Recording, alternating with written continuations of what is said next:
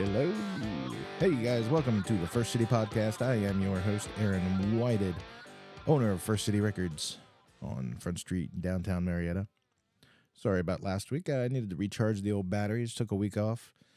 I'm going to do that from time to time. So we're on episode 10, and I kind of went back and listened to a few episodes over the last week, and really kind of stood out to me that I don't really talk about myself or like how our business got started or how this podcast got started. I kind of just said, hey guys, I'm Aaron. I own the record store. Here's a podcast. Listen to it. So this week I invited my friend Cole Cash from the Middle Aged and Mediocre podcast to come over to my house and interview me. I have no idea what he's going to ask me. The interview is scheduled for a little bit later tonight. And basically, I have no idea what he's going to ask me. And I'm kind of an open book. So I'm looking forward to kind of bearing on, letting you guys, learn a little bit about me this week. We also have our interview with Miss Caitlin Streeter of the People's Bank Theater coming up via telephone. And we're going to find out what's going on in the world of the People's Bank Theater over the next month or so.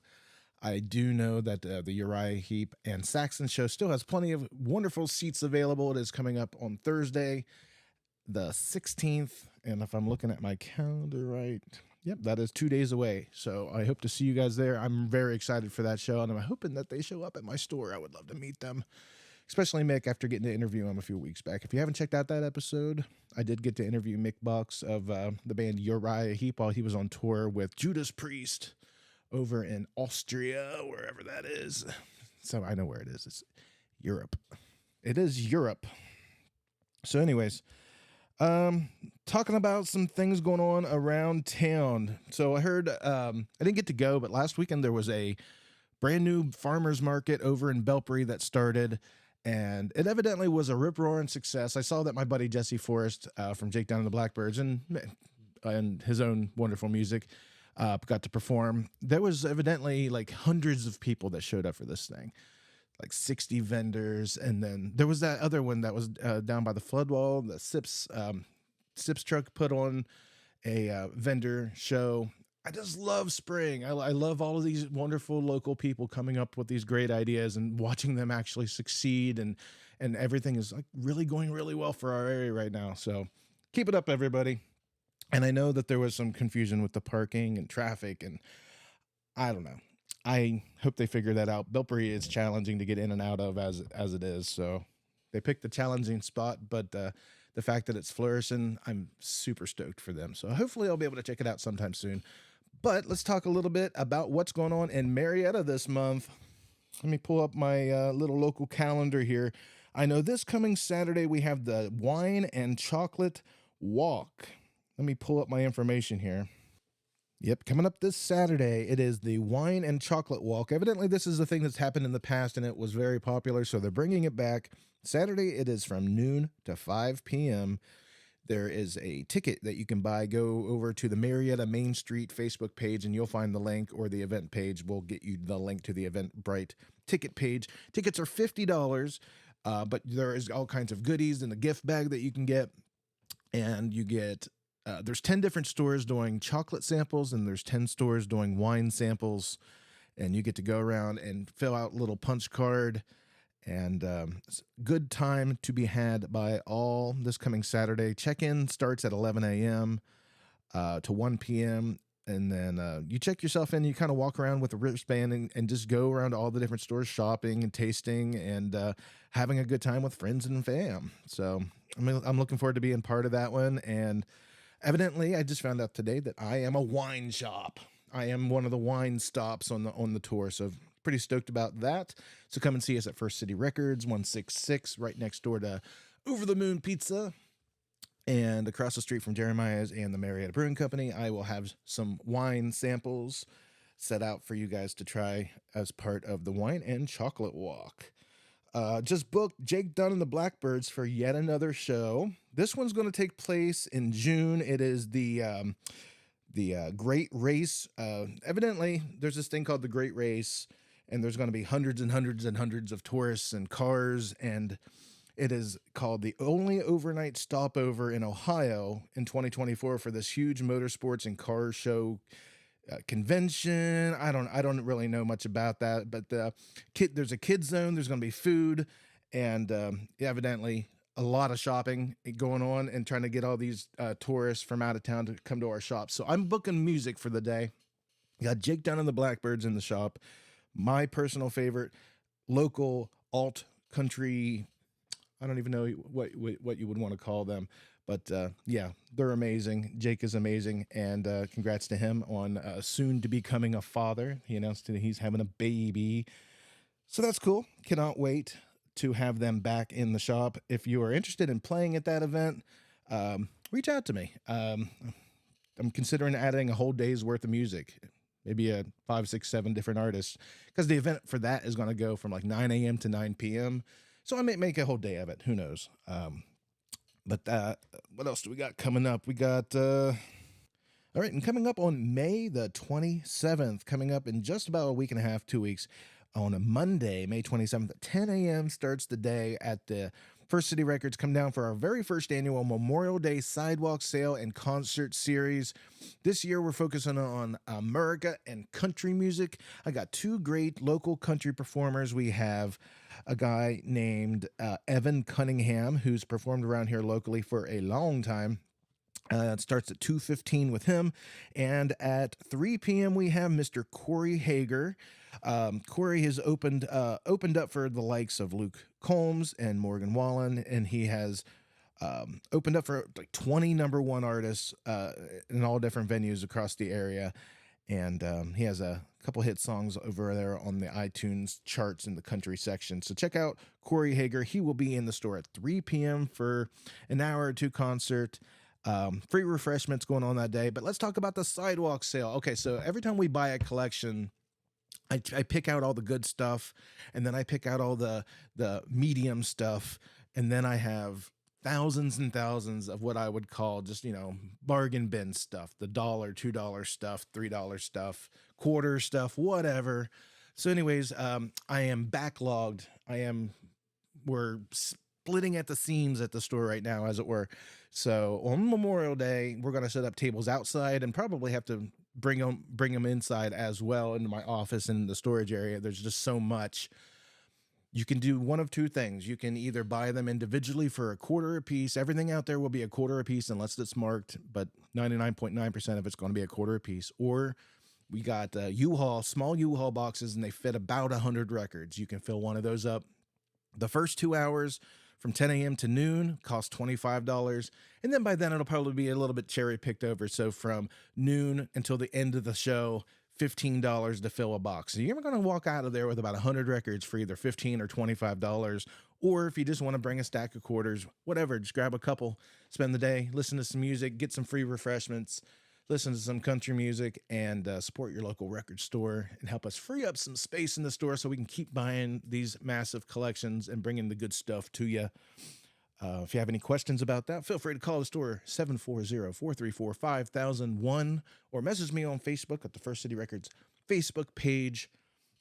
That's all the announcements I'm going to talk about right now. Let's go into our phone call with Miss Caitlin Streeter of the People's Bank Theater and talk about what's coming up in the world of arts and entertainment at the People's Bank Theater over the next month. All right, we're back, ladies and gentlemen. We have Miss Caitlin Streeter of the People's Bank Theater joining us here via telephone. So, Caitlin, what's up? Let me know what's going on at the People's Bank Theater this coming month and a half. Yeah, hey there. I'm glad to be back on the show. And yeah, we have a jam-packed, it's crazy. May is like halfway through. But yeah, so this Thursday, May 16th, we'll have Saxon and Uriah Heep here in their Hellfire and Chaos tour. So that'll be really interesting. That's something that's kind of like out of left field for us, kind of something different, more heavy metal, rock, British rock music. And then we really change up things a lot. The following day, the very next day, with the Oak Ridge Boys, and they're on their American Made Farewell tour, and that's a sold out show actually. Yeah, I was Those stoked to guys see are that one sold out. Those guys deserve it, especially as yeah they're sailing off into the old sunset there. It's gonna be a nice show. yes. Yeah, absolutely. We've had them back at our theater almost every year since I think 2016. So yep, it'll be probably pretty emotional for maybe some of the audience members, but it should be great. And yeah, and so then we take a break for a bit. On Friday, June 7th, we have our first Friday concert for June, and that is Bad Decisions. And they're a local group that do a lot of just like throwback, like 70s, 80s music, to also like modern day songs and stuff like that. I think they're actually performing at the Taste of Parkersburg this coming weekend as well. So they're pretty well known around the area. Great fun local group. They'll be outside on Putnam Street. Bring your own lawn chair, have a good time, support downtown businesses. Should be great. And then we just continue on into the rest of June. The following day on Saturday, we're bringing back Sammy Kershaw. He performed with Roots and Boots here with us back in March. But literally 4 p.m. rolled around, day of show. He called our theater manager into his tour bus, and he said, "I cannot perform. I am sick as a dog," and he could not talk very well. So he had to go on stage that night and apologize to everybody. And the rest of the gang who were there were able to perform and sing, but he could not. So he felt bad. He's coming back. And that is Saturday, June 8th at 8 p.m. And we're actually doing a ticket raffle giveaway with good old Schaefer Leather Store for this one. So head on over to Schaefer's, and if you are a customer with them until May 31st, you could enter a raffle to win 2 tickets to see this show. So that's fun. We like to partner with our downtown business friends for stuff like that.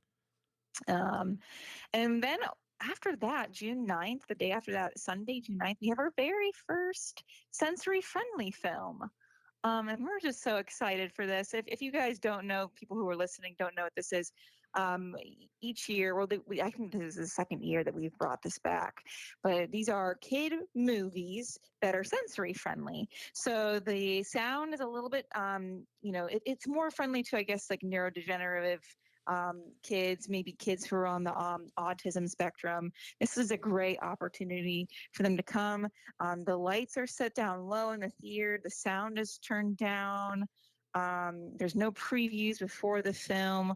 All of our staff is trained in like autism understanding and the ability to help families who are coming. We have little chill out zones. So if your kids need a second to just step away from the theater, we'll open up our stage door to you guys to chill out for a little bit. But I should say also, these films are not just for people that need to have like these sensory friendly adaptations. Anyone's welcome, and these are free. We're so excited. These are all free thanks to the Marietta Community Foundation and the Washington County Board of Developmental Disabilities. So the very first film is Dr. Seuss's The Lorax, and we're going to have these running each month until November. So head on over to our website to see all of them. They're going to be there's a lot of fun ones. But yeah, our first one is Dr. Seuss's The Lorax. And then to just top off June here, we have, of course, our Joseph and the Amazing Technicolor Dreamcoat. And we are so excited for this. I actually went to the very first kids rehearsal last night down at Marietta Dance Academy, and these kids are awesome rock stars. We have a cast of actors from across the country, and then some local people here too.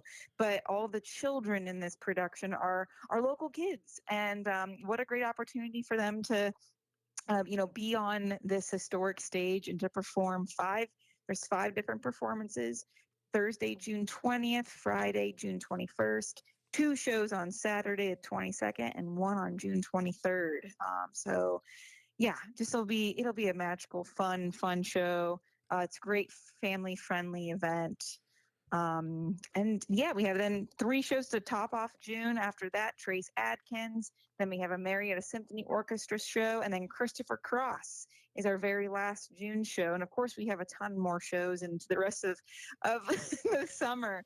But that's our May and June. It's jam packed over here, Aaron. I think that what you guys are doing for the Spectrum community is amazing. That's really awesome that you're taking part in that. And so Yeah. the Jesus and what did you call it? The Joseph and the Amazing Technicolor Dreamcoat. Yes. So there's It's the Old touring. Testament, so Jesus isn't in the story yet. Oh, so basically, there's touring actors and production coming in mixed with locals that audition to be part of the show. Like, how is that going to work? That sounds so interesting to me. Yeah. Right. So this is part of our Broadway series, and so this is our 5th or 6th show, part of our Broadway series. Our last one we did was 2 years ago, and it was Kiss Me Kate, and it's all in house. It's produced by Hip Stage Productions. So these are directors and producers that are separate from People's Bank Theater. It's not a People's Bank Theater production per se, but we house all of the actors and the people coming in, the pit orchestra and all the tech guys, and the rehearsals happen on our stage. And I do all the marketing for it, so it's really not a People's Bank Theater run production, but at the same time, it somewhat kind of is. It's not a touring show. We're not bringing in an outside group to just come here. We will have shows like that actually later this year. We're hoping and planning to have a really great Christmas production that's just kind of like an off-Broadway traveling company that'll just set up shop for one day here at the theater and then leave once the show is done. Very similar to what our concerts and other shows are here. But this one, yeah, it's different. So yeah, we have our lead. His name is Corey Garcia, and I want to say that he's from like the East Coast somewhere. And then our other lead is Anna Caldwell, and she's originally from Athens. She lives now in Chicago, but she was a lead for Kiss Me Kate. So people who might remember her, she's going to be our narrator in Joseph. And then, Tim Tooten and Tim Kelsey, both of our Tims. Tim Tooten is playing Jacob, and Tim Kelsey is playing Reuben. And those guys are local. Those guys are local guys. Tim Kelsey is actually the choreography director at Marietta City Schools at the high school. So really cool for, I guess, for these high school students to see somebody that they might have worked with at productions at their school and see him, we're paying these actors and actresses to perform in this. So this is a, semi-professional here group and professionals coming together.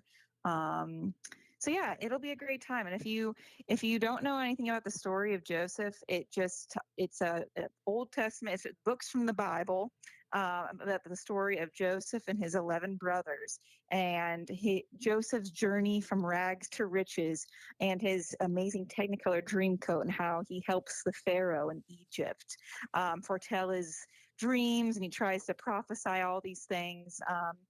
Look it up on YouTube. Donny Osmond plays a fantastic Joseph in the 1999 film adaptation. It's amazing. Donny Osmond is magical. But yeah, we're excited for that one for sure. Yeah, it sounds like you guys got a lot going on. And as always, I'll have you back probably at the end of June into July, and we'll talk about what's going on there for the rest of summer. So thanks so much for coming on. Yeah, absolutely. I appreciate the opportunity. Thank you. Yep. Have a great day. Your number one local source for new and used vinyl is First City Records. Visit us at firstcityrecordstore.com. Most of our inventory is now online, and definitely shop in-store, located at 166 Front Street, downtown Marietta. And just remember, I'm always buying. If you have used records, used CDs, cool collectibles, even cassettes, 8-tracks, I want to see it. Bring it to First City Records at 166 Front Street in downtown Marietta. Maybe we can make a deal.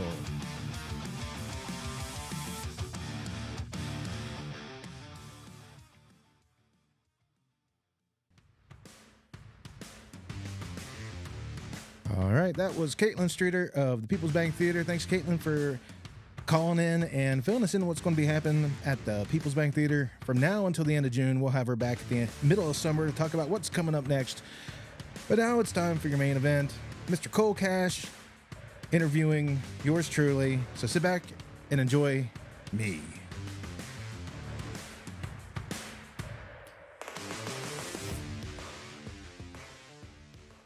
Hey, this is Cole Cash from Middle Aged and Mediocre here. I'm standing in and hosting the First City podcast. And this is a little bit of a special podcast where we are going to find out all about your regular host, Aaron Whited. Aaron, thanks for joining me or having me join you. I don't know what the setup here is. Thanks for coming to my basement. The beers are on the table and the truth is going to come out. It's so easy to get me into a basement. You just ask me and provide me a beer. Yeah, I was really stoked that you asked me to do this. Looking forward to, we kind of know each other, but I feel like this is going to be, not only are the listeners going to get to know you a little bit better, I'm going to get to know you a little bit better. So if y'all don't know, and you should if you're listening to the First City podcast, Aaron is the owner of the First City Records in Marietta on Front Street. We are definitely going to dive into that, but I thought we, start where it all began. So, we're in Parkersburg, West Virginia right now. You own a business in Marietta, Ohio. Yes, sir. Are you from this area? Well, I know you're a big Pirates fan, so I don't know. Yeah, I know. I always tell people it's a dumb joke, but I was born into a family of losers. Okay. Yeah, I'm a third generation loser, Pirates fan, but born and raised in Belpre. And then I got into acting, so I started doing like shows at the MOVP. And I made a lot of friends. So what do you do when you live in Belpre, but you want to go to Marietta? You gain a friend and lie and say that your address is their home. And then you drive from Belpre to Marietta every day. And that's what I did. I fell in love with Marietta. I graduated in 2002. I've never actually lived in Marietta. I've stayed days, weeks, whatever, but I've never addressed and lived there. Spent most of my life over here in Parkersburg as an adult life. I've been around a little bit, short stints, other places, but I always end up back here. So you said you did some acting. Yeah. So I'm assuming stage plays. Stage plays. So what is the standout role for you? Oh, Jesus. It has to be Rocky Horror. It has to be the asshole Brad. I was Brad Majors in the Actors Guild.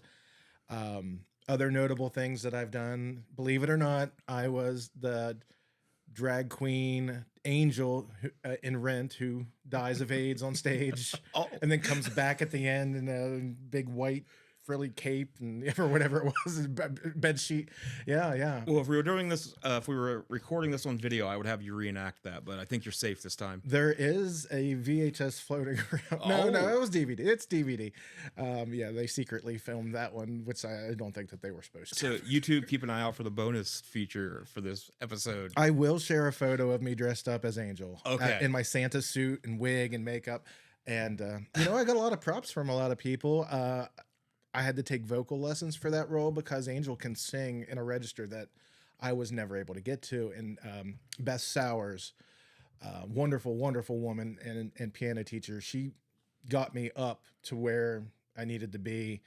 But it's been so long, there's no way. Like I go back and try to listen to the soundtrack and I just sound like a nasal mess trying to hit some of those notes anymore. So when was the last time you acted?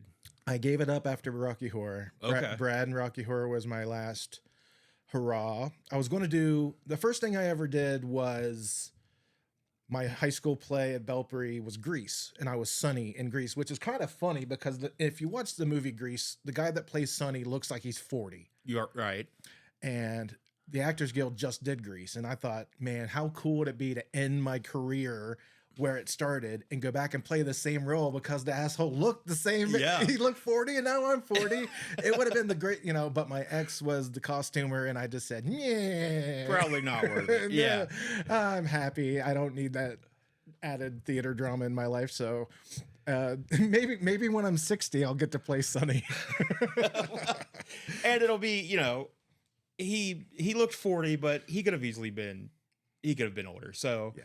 And even he at was 60. kind of a weird like pedophile in that movie too, Yeah. like slipping people alcohol in their drinks and trying to get with the girls and stuff. He was a creepy role. Even at 16, I was like, man, this guy's not right.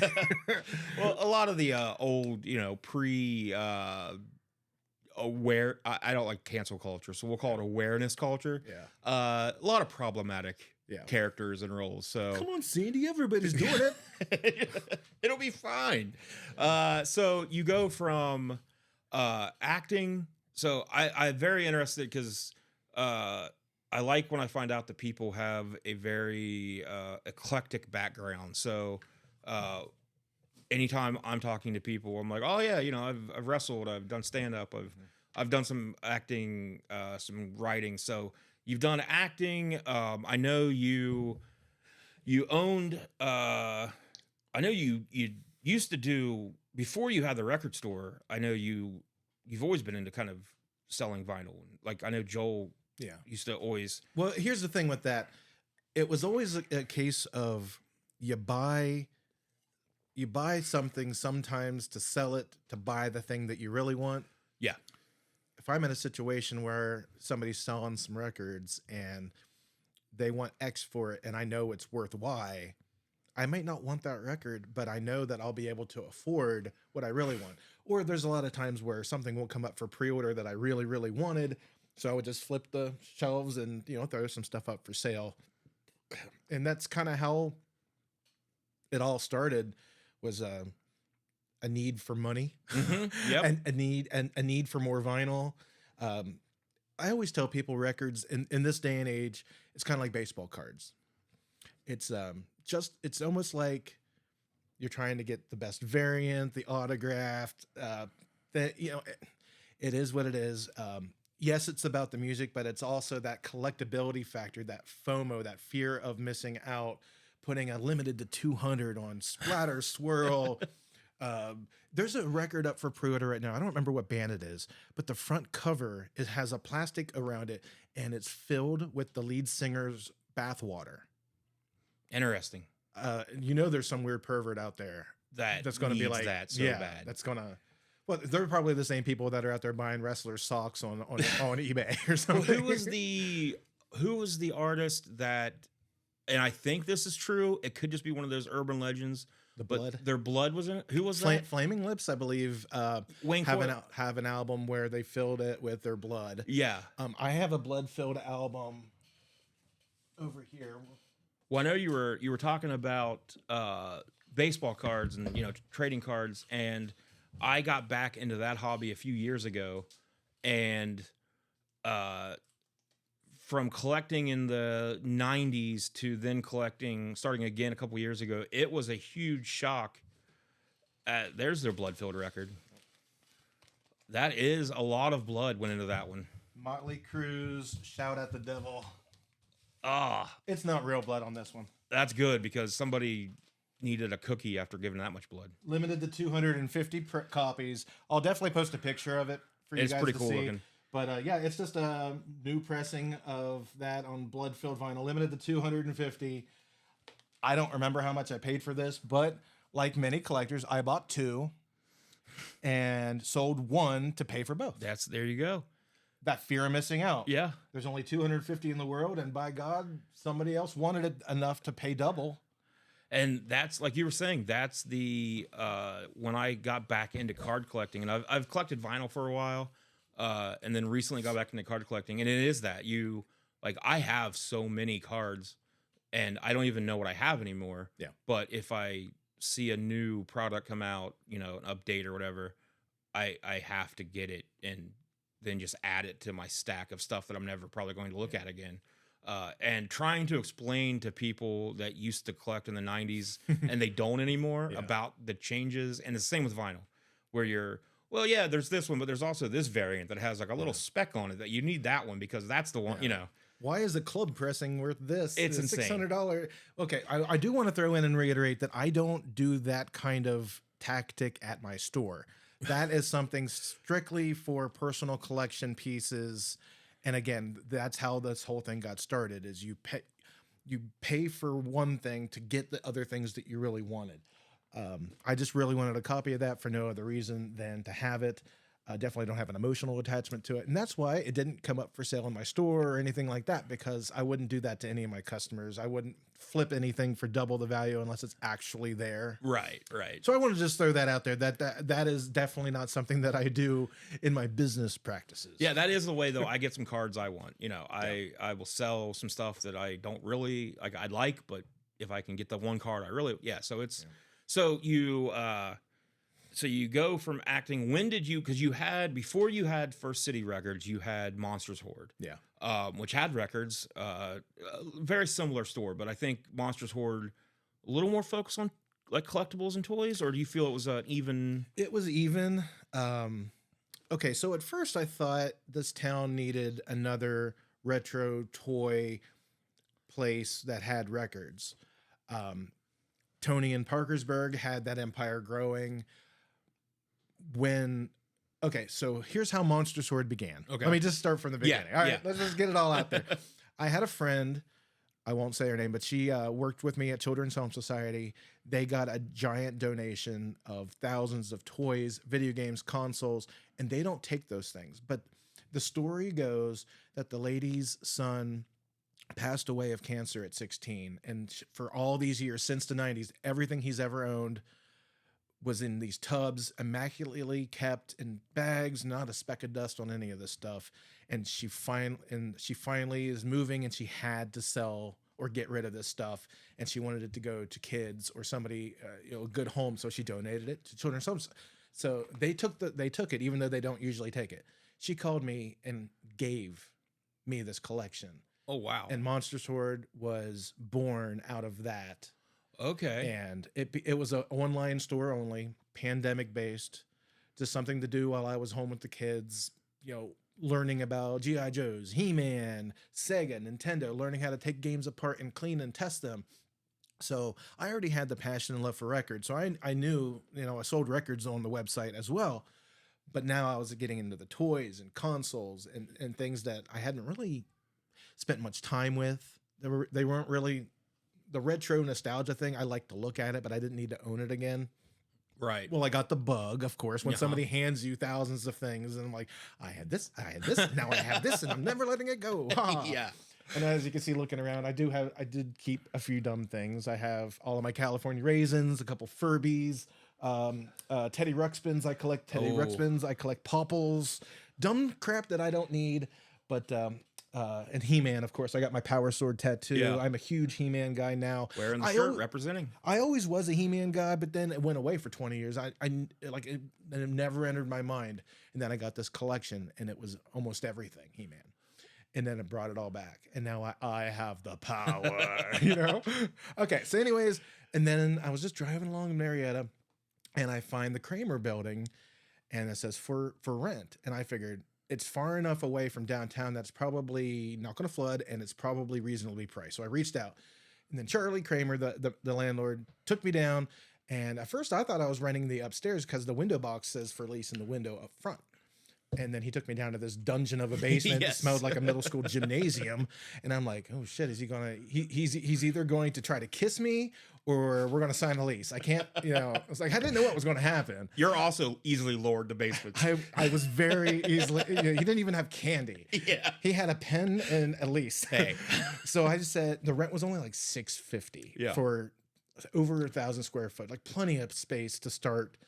And it went great. I had to keep my other job. I started a detailing business during the pandemic, and it was paying the bills. I have no passion for cars. I literally had a passion for YouTube. I found YouTubers that did ASMR car cleaning, and my JSA Auto Detailing was literally born out of boredom, watching auto detailing videos for relaxation purposes during the pandemic. And I was like, I could do that. And I bought everything that those guys used, and I did it to a T. And within 6 months, I was the number 2 detailer in this whole city. And I'm still, a year later, after closing, I'm still getting calls almost every day, 2 to 3 times a day sometimes.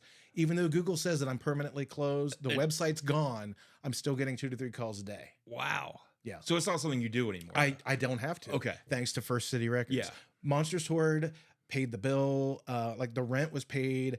But if it rained, we might as well not open. On a Monday or Tuesday, we called it a win when there was one customer in the door. If I made $50, I was like, huzzah, you know? It was really just kind of a place to house all this merch. Right. That was what it started as. And then I got the bug to be a good businessman. Right. And then at my year lease mark, where it was either sign another lease and continue detailing, killing my body, and not really being at the store as much as I wanted to be, not dreaming as big as I could. Somebody on Front Street, actually, no, it was a member of the band Oyo, messaged me. He's like, we got a hot tip. This property is this girl's moving from point A to point B because it's too big for what she's using it for. So, I don't know what it was. So before it was even on the market or whatever, I called the guy, Luke, my landlord, great guy. And we went in there. I looked at it and I said, he told me the rent. I damn near shit myself, to be quite honest and brutal. I don't think it's couth to say my rent, but it's triple what I was paying, over triple. And I had the coming to Jesus moment in my brain that says, this is either it or this is it. Right. You know, it's a sink or swim time. Yeah. But I looked him straight in the eye and I said, don't put it on the market. I'll sign a 3-year lease to show you how serious I am. I'm all in. Let's do it. He called me that night because there was somebody else that wanted to look at it. And I said, don't even show it to him. I want this. Yeah. And I cut a promo.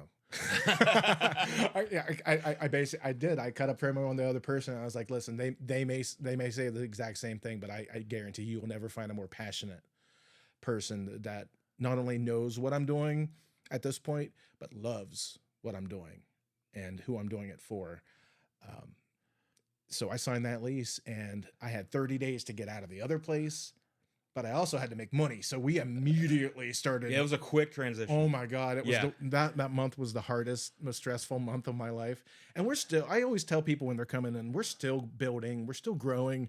There's no end game vision. It isn't a spot in the mall where it is what it is. Like Sears looked like Sears. Right. Forever. Yeah. My store, every time people come in, they're like, this wasn't here last time I was here. I was like, yeah, well, and it probably won't be there when you come back. New experience every time you walk through the door. And that's the way I like it. I survived that year of Monsters Horde on my regulars. So my social media and my constant evolution, keeping those people coming week after week, they saw what I had.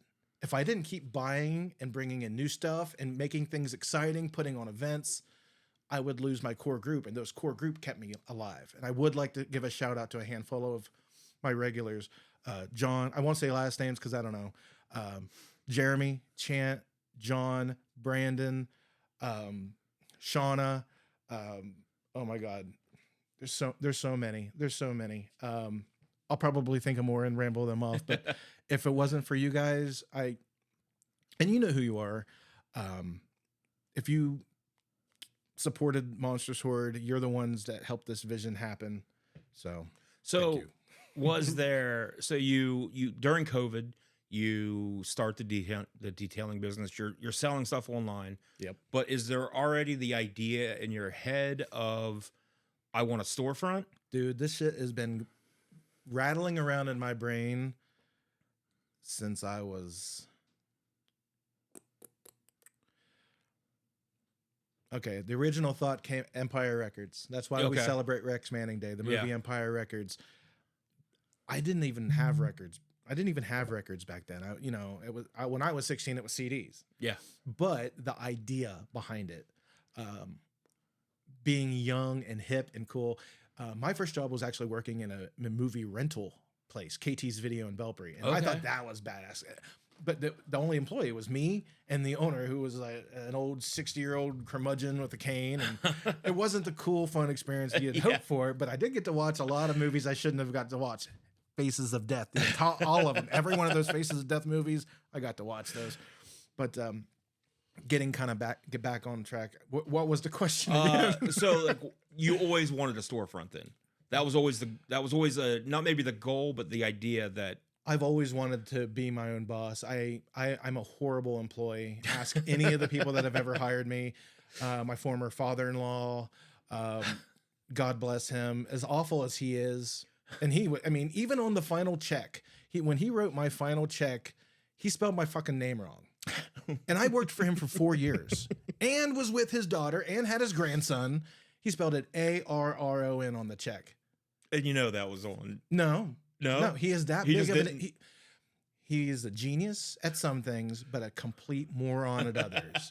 People, unless they're handing him money, Yeah, mean nothing to him as a human being. I got you. Yeah, he spelled my name wrong on my goodbye check. Yeah. So you, so yeah, I had something. So anyway, so the storefront, like I wouldn't call myself the greatest employee either. I'm very much the, I see all the things where it could be done better. And I'm very vocal about all of that. So And everybody wants you to sugarcoat it these days. You have to put a smiley face Yeah. after each sentence. No exclamation points because it's never taken positively. I got written up at Westbrook so many times for just being like, you're out of compliance. You have 30 days to do this or I can't pay you. You didn't put a smiley face. We're going to have to write you up. It came off a little aggressive. I'm like, you hired me to be the asshole. right. Why am I not allowed to just say what it is that I want and leave it alone? Back to you. One of my you worked at KT's Video in Belpre. Heck yeah. I worked at a video store. It was my favorite job ever. Which one? It was a chain though. It was a Hollywood Video. Oh yeah, the one in Marietta or The one in Southside? Parkersburg, Vienna, whatever. Oh okay. Oh yeah. Is that Yeah. where O'Reilly? Yeah. No, that was Blockbuster. It's where no, it's where the car lot the is. car in lot is. Astorg. Yeah, by the Beat Up, former right first across from first. Beat-Ups. Yeah, Beat-Ups. Okay. Yeah, I spent a lot of time there. Actually, there's a girl that I used to have a massive crush on Yeah. that worked there. The dark-haired girl. I never knew her name. I say it was my favorite job. I would have, but like I can imagine working at a small Mhm. video store would be amazing. But that even with it being a chain store, it was my favorite job. Like, cause me and one other guy, my buddy Jason, we worked there together. We were the shift managers and we were the movie guys. So if there were any movie questions that any customer had, we could tell them anything they wanted to know. But we also that meant we got to pick all the movies that would Mhm. play. Probably not always the most appropriate movies, but we were the shift managers, and we were the ones calling the shots. That's So, awesome, man. yeah, and I ended up losing that job. It's the only job I've ever been fired from, and I was fired over the Clerks cartoon DVD set. Ooh. So we would always, after a movie had been out on the shelf for a while, you know, if a customer wanted it, you could take it, make it used, and sell it. Mhm. So this DVD collection had been on the shelf forever. Many times we did this for each other. And so I had them just go ahead and pull it off the shelf, mark it as used, and I bought it. So then a couple days later, I get pulled into the office and fired because of that. And it was considered theft, even though I was then told, and my 22-year-old brain didn't connect this till my way home, that they told me, you know, by the way, if you have anything out right now as a rental, you can keep it. We don't want you back here. You don't need to bring it back, which, you know, looking then, as soon as I was on my way home, I was like, how am I getting fired for theft? And they're telling me to keep product. Like, Yeah. but then I found out that the store manager hired her best friend in my position. Nepotism at its finest. It was my favorite. It was the best job I've ever had. It was the only one I've ever been fired from. So I've been fired from from my ex's father because we broke up. Not because talk about a lawsuit that I could have had. yeah. Yeah, he literally fired me because I was no longer banging his daughter. Well, you know, that's sometimes you gotta hang in there. You know, yeah. You gotta hang and bang for a while. hang it, man. Yeah, I miss video stores so much. I still have so many fond memories of just local video stores. we need another one. They're coming back. I keep trying to talk Joel into it. In California, I have a friend on my social media that opened up a VHS rental place in, I think, Hollywood City, wherever the hell Yeah. Hollywood is, you know, in LA. And it started off very small. Like, I saw the videos of the opening day, and now he is thriving. It's insane. People want they don't want so much the product as much as they want the interaction with the product. Just that feeling again, like that nostalgia. There is nothing wrong with taking a step back in time. No. There really isn't. I don't know if they'll ever make VCRs again, but I still hoard them because you never know when yours is going to break. And I have a pretty massive VHS collection, and it's curated at this point. And I'd be sorry if I couldn't, because I watch certain movies on certain days of the year. Yeah. Yeah, of course, Groundhog Day on Groundhog Day being one, Empire Records. But every year, I don't have a day for it. Oh, and Planes, Trains, and Automobiles on Thanksgiving has to happen. That's a must. But Summer Rental, my original VHS copy, you put it in, it squeaks. The entire movie, you hear as it's turning. And by God, until that tape doesn't work any longer, that is an annual tradition for me, suffering through the horrible sound of that VHS tape. I've tried it on multiple VCRs. It's definitely the tape. And if you just watch that movie on streaming now, you'd be like, where's the squeak? Where's the squeak? Why is the squeak not in this? That graininess. I just rewatched Cadence on VHS, Charlie Sheen movie. Oh. Martin Sheen, I Charlie remember Sheen. the cover of that one. I don't think I've ever seen it. Great movie. But it just, all VHS movies look like VHS movies, but this one especially, like, it starts up and it just has that look, and it just took me back to being, 10, 11. I should not have been watching it probably. But yeah, just that feeling. I think between me and Joel, my co-host of Middle Age Mediocre, between the two of us, I think we have over 3,000 VHS tapes. Oh. We could easily start a rental store, and I'm gonna keep pressuring him to let's actually do this. But I don't think either one of us really want to like hand anyone a copy of our stuff. But between the two of us, I think we're building up enough doubles that we could probably start doing that. But yeah, I think there's definitely a market. I don't know about around here. Maybe an online market. I think there's something we could do. There's definitely something. We've already talked about. I haven't announced this. This is actually kind of I've announced it to individual people, but my wife and I are in the process of creating a bookstore next. Okay. And looking to either expand in the building that we're at, or once Luke gets some time to renovate the abandoned wine shop next door to me, turning that. And she's already decided on the name. I'm not going to say it for we haven't copyrighted it yet, but it's Lord of the Rings Hobbit based. Okay. And it's beautiful to have movies to rent inside of the bookstore. That's the way to go. Yeah, it's like library, video. Yeah, I used to have we may work together at some point in this. Is what I'm getting. My dream has always been to own a store where it's just like before. I think really, retro. The term's always been around, but before it really became. What do you call retro? What time frame? 30 years. 40 these years? days. Like, it seems like if it's more than 10 years old, it's retro at this point. Like, time moves so fast. Dude, the 90s was 10 years ago. Yeah. In my brain, it's still like 2002 when I graduated was 10 years ago. Maybe the 90s were 15, 20 years ago at most. At most, yeah. And now somebody was like, if you were born in 2008, you're 8. I was like, oh my God. It's like, time is. Turns out we're old. Oh. Turns out. My barber yesterday when I got my hair cut, she broke down and told me that I'm getting a bald spot. No offense to you as a bald man. Yes. And I about broke down because I ask at every haircut. It's like, is there anything going on back there I need to know about? Because I never look. Yeah. And this is the first time she was like, here it is. And yes, you do. That's a motherfucker. I was not happy. I unfortunately got my grandpa's on my mom's side of the family. His genes. Yeah. My dad still has a pretty nice head of hair, and I unfortunately, if I wanted to, I could have the Friar Tuck look pretty quick. I'm avoiding that, and I'm just. But yeah, so whatever retro would be. But I would love to have a store where you have your VHS tapes, you have your books, your records, and then like game stations set up for like the old school consoles. That was my original dream of this place, is to have a gaming lounge area. Yeah.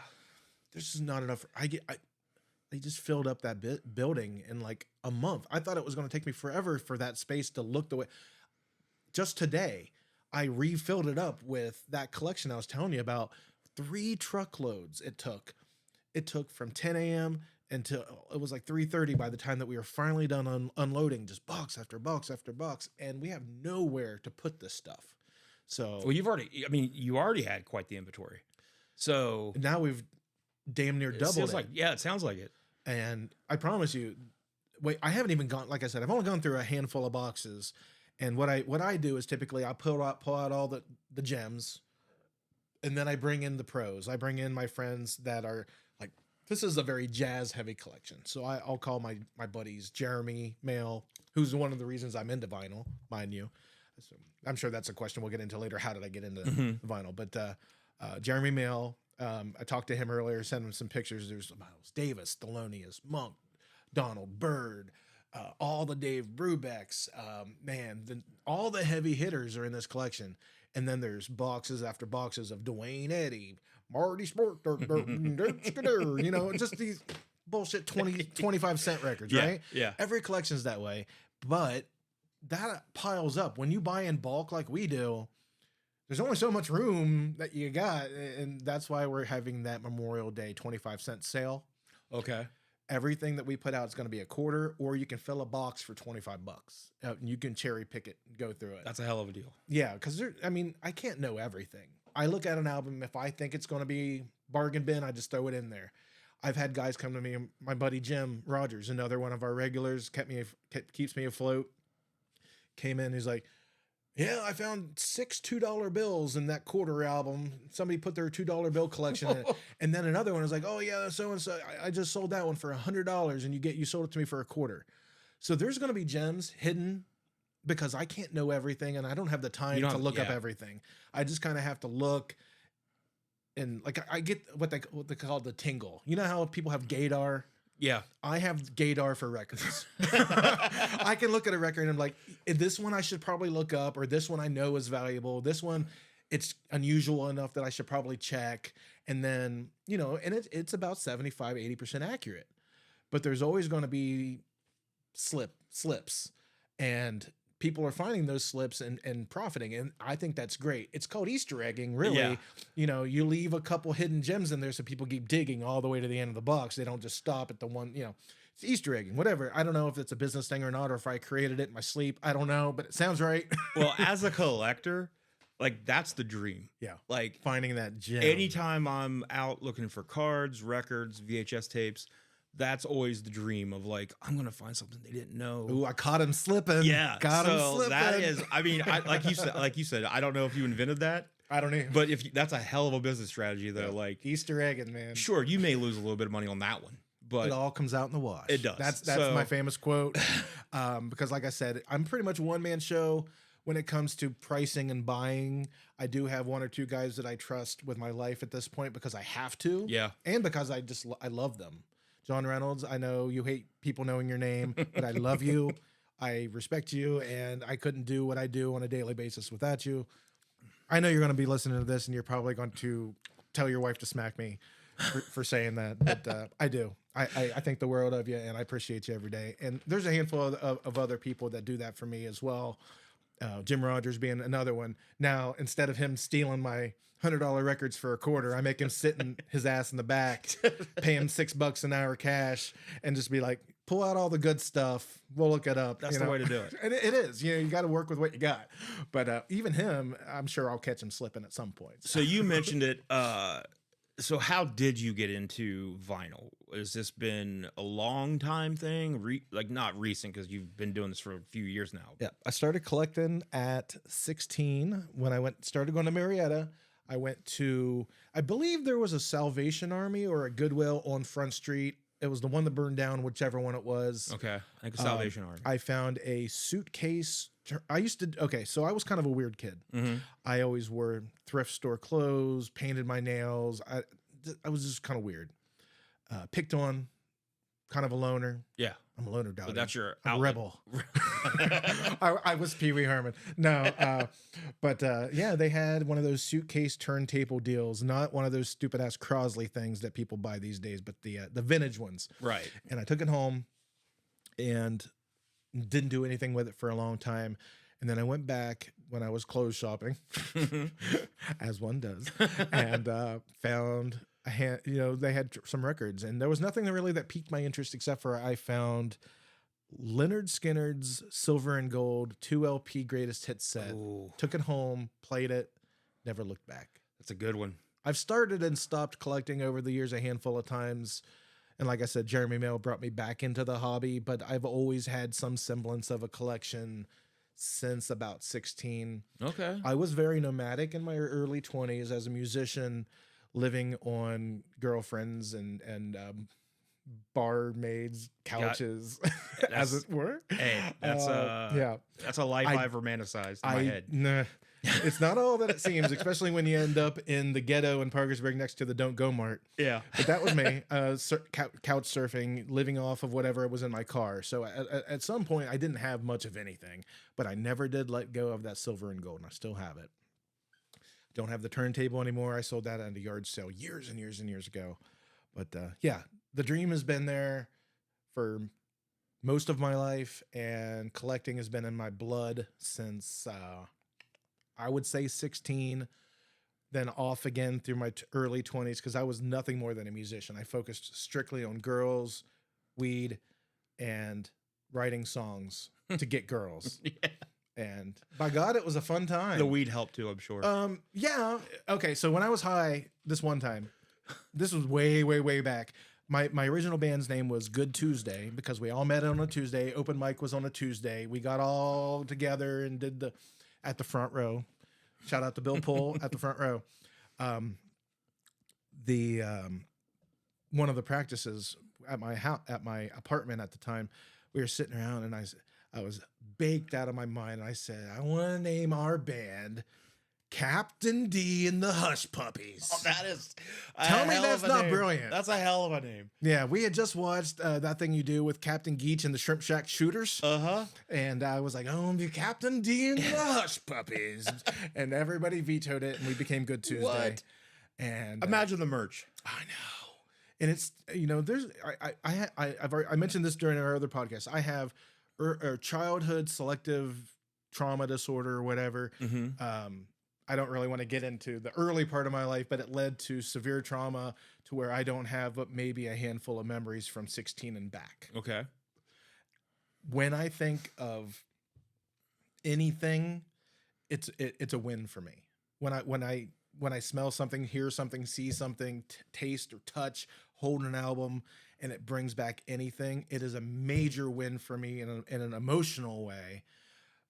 Meatloaf, Bat Outta Hell Volume 2 is not the greatest album of all time, but whenever I see the cover, I smell it, I hold it, and I immediately want to listen to it because I remember sitting there calling the radio station, wanting to hear whatever the hell was on there that I wanted to hear, and to hit record so I could record it onto a cassette tape. Just that tiny little semblance of a memory is enough to make me love an album eternally. Yeah. And that's what music does. It hits a part of your brain that doesn't exist for the trauma. It allows joy to come through, I guess. And I think that's like, so, whether it's vinyl, it's VHS tapes, it's baseball cards, G.I. Joes, whatever it is. I think whatever you blew up in your backyard when you were a kid. Like that's like life, man. That's like, there's so much that happens. Like you hope, I guess a lot of people hope they're around for a lot of years. And there's just a lot of shit that happens that doesn't mean a thing to you. It's just, you're going through your day, you make it another one, and you wake up the next morning.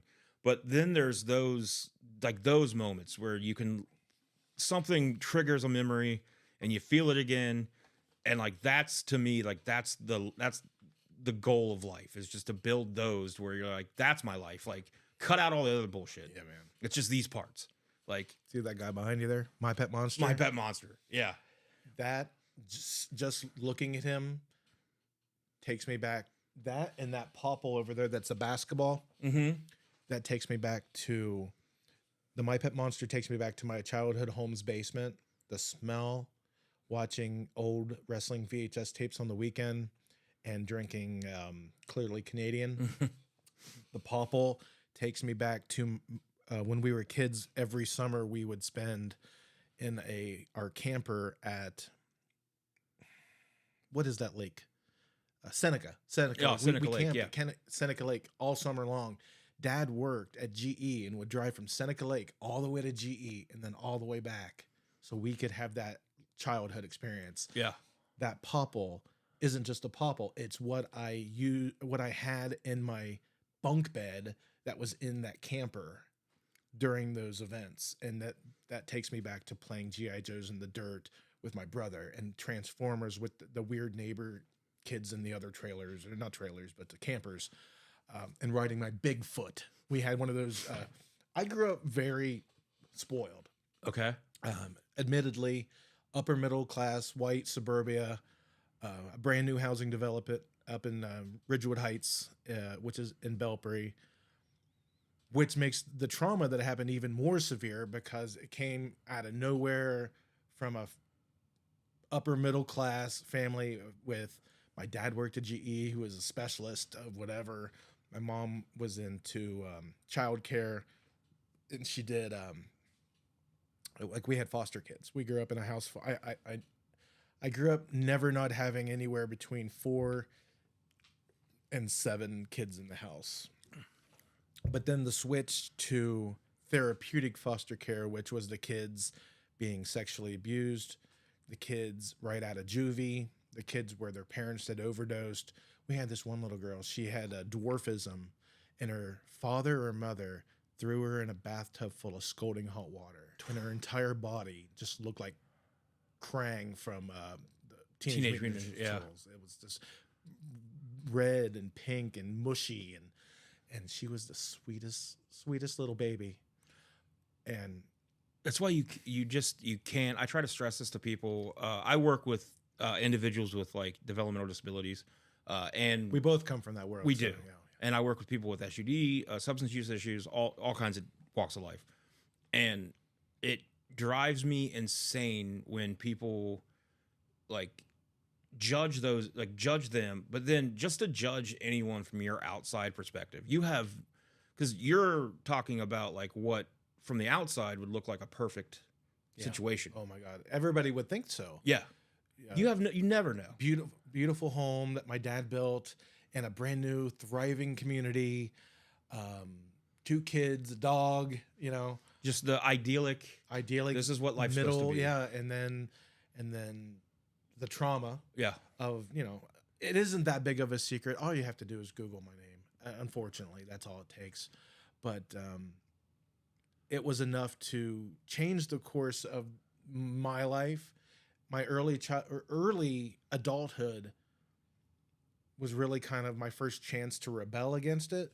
But then in my mid to late 20s, I became more like a keeper for the family. Mm-hmm. I was the only one kind of keeping it together. Mm-hmm. I was helping. So my brother was going through some substance abuse issues, and you can sleep in my recliner, but you're not to do a damn drug in my house. My sister, so when my mom did whatever, and my sister had to come, and she was scared at the time to live with my dad. So I took at an early 20s, whatever, I took a tween to live with me in a 1-bedroom shitty apartment that reeked of weed, because that's what you do. Yeah. Obviously my dad got custody and everything worked out great. But you're so that's a crazy dynamic. You're in a rebellious, you're kind of like entering a rebellious phase. Yeah. And then it goes from rebellious to, oh fuck, I think I can cuss on this. Yeah. Oh fuck, I gotta be the responsible one. Like that is a crazy balancing act.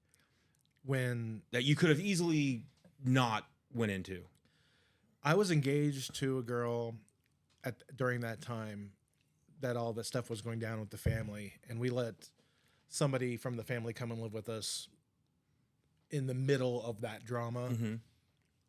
That broke up that relationship. But again, you only have one family, so you do what you can do. But yeah. Well, so we are all over the place. Let's rewind a bit and get back to vinyl. Records are good time. So At the, I don't want to. I guess the words isolate, not really isolate. I don't want to ruin your business. So thank you. I don't think this question will.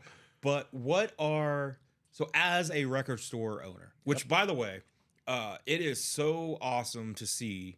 Like, I think the first time I went to the store, I'd been to the Monsters Horde a few times, but the first time I went to First City Records, It's a whole different baby. well, just seeing, there were so many people, and just seeing so many people digging through records, like not just like casually strolling through the store to see, oh, hey, what's this? And This is new. Oh, I had that when I was a kid and then leaving.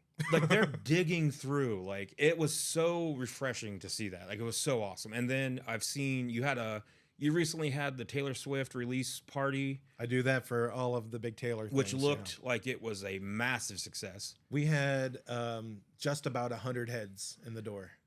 Like, it looked packed. Yeah, It was and that's awesome. So, like, Yeah. that's so cool. I just wanted to say that.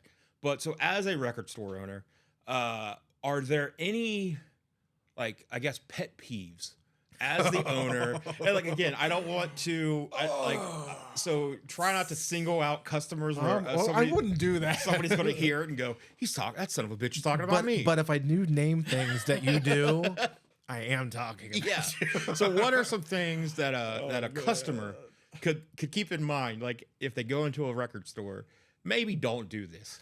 All right. Well, as is with all retail, if something's alphabetized, like today I walked in there, somebody put Elton John in the rap section. And it was a used Elton John in the new rap section. And as a guy with a little OCD, Yeah. I wasn't happy. But yeah, but if you pull something and it says A to Z on the title or on the tag out front, that means that we've spent the time to alphabetize and to curate this collection so you guys can have an easy shopping experience. Please put it back where you found it.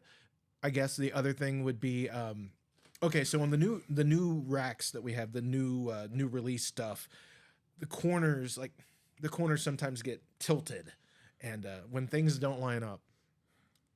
Yeah. Little things. Little things. But apart from that, there really isn't anything that I've ran into.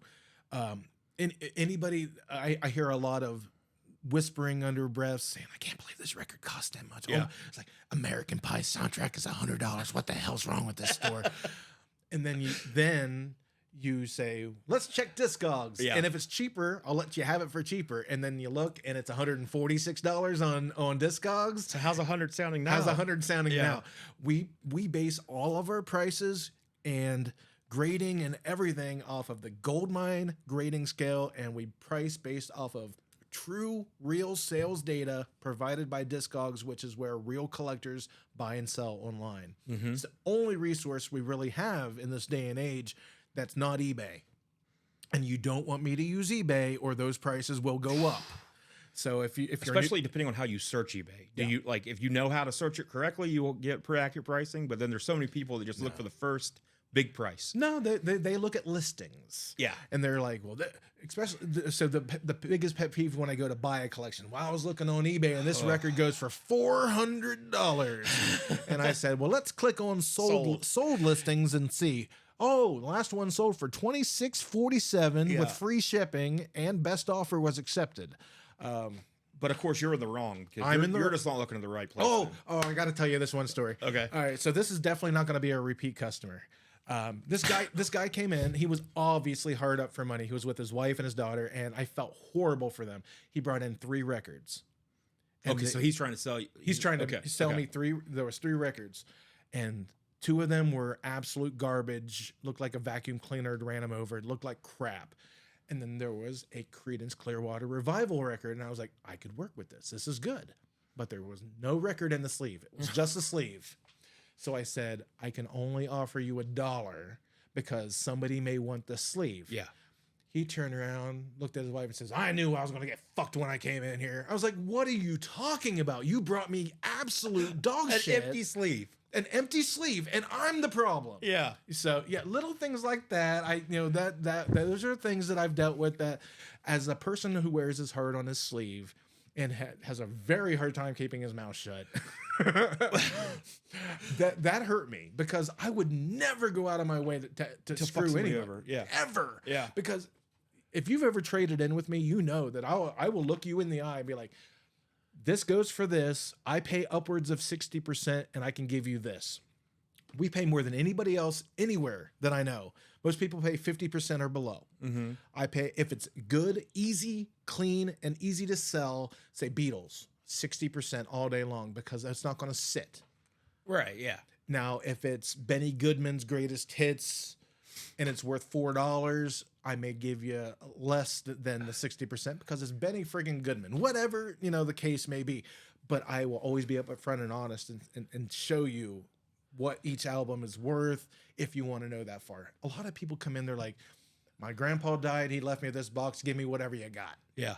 And that's fine, and I'll make just an offer on the spot. But a lot of the time, these are people's.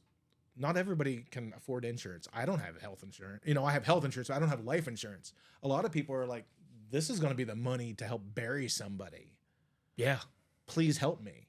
And I am a bleeding heart, and I obviously pay more than I should, but it also gives me the credibility, and people know that they can trust to bring me the good stuff, because if I can't afford it, I will offer to consign it at 70-30. I only take 30% and I do all the work. And that price, that will never go up. A lot of people are 60-40 or 50-50, 70-30 in my store for consigned items. And that goes for collectibles, vintage clothing, records that honestly I can't afford. Like, let's say a $150 Ani DeFranco record, which we just had sold. I bought it outright, but in most cases, I would have put that on consignment because it's not something that I know around here would sell immediately. And that's a lot of money to put up front, $80, $90 for one record that I know I'm going to have to sell online and then deal with shipping, chances of them returning it and fakings that it was damaged or whatever, try to get eBay refunds or PayPal refunds or whatever they are. You have a lot more involved when it comes to doing online sales than just that. That's why we ship with Whiplash mailers. They cost $3.50 a piece. Wow. Mailer. I ship for $6 flat rate, no matter what it is or how many. So imagine this. I buy them in the $75 to $100 bulk range at $3.50 a piece. Shipping is another $60, $70 to my store. I'm paying at a time $400 and some just for freaking cardboard. Yeah. And then people want to know why you won't pay them $100 for an empty sleeve. Yeah. Yeah. So the pet peeves you listed, it's hilarious because as a customer and a collector, your pet peeves are my pet peeves. Like, I hate, so your store, for instance, if I were to walk in there and I was looking for something specific, in my head, in my mind, I should be able to go to the section it should be in. That's the other pet peeve. People move things to genres they think that they belong in. I got yelled at by a customer because I put a whipped cream and other delights. Who did that? Who is that? Herb Alpert. It was a Herb Alpert record. We put it in the jazz section just because at the time we didn't have a world section. And some jazz collector read me the riot act. like it was like a Reno 911 episode. Yeah. It shouldn't have happened. It just felt like an episode of Parks and Rec. This guy was reaming me for putting him in the jazz section. There's Like, no way how that guy's real. dare you? Yeah.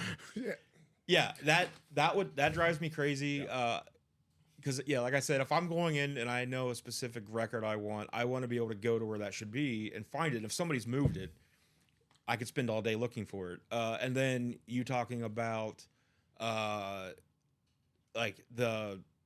this isn't so much a customer thing, but where you said sometimes it gets Crooked and stuff. They pull it out, and then when they put it back, it sits weird and it kind of.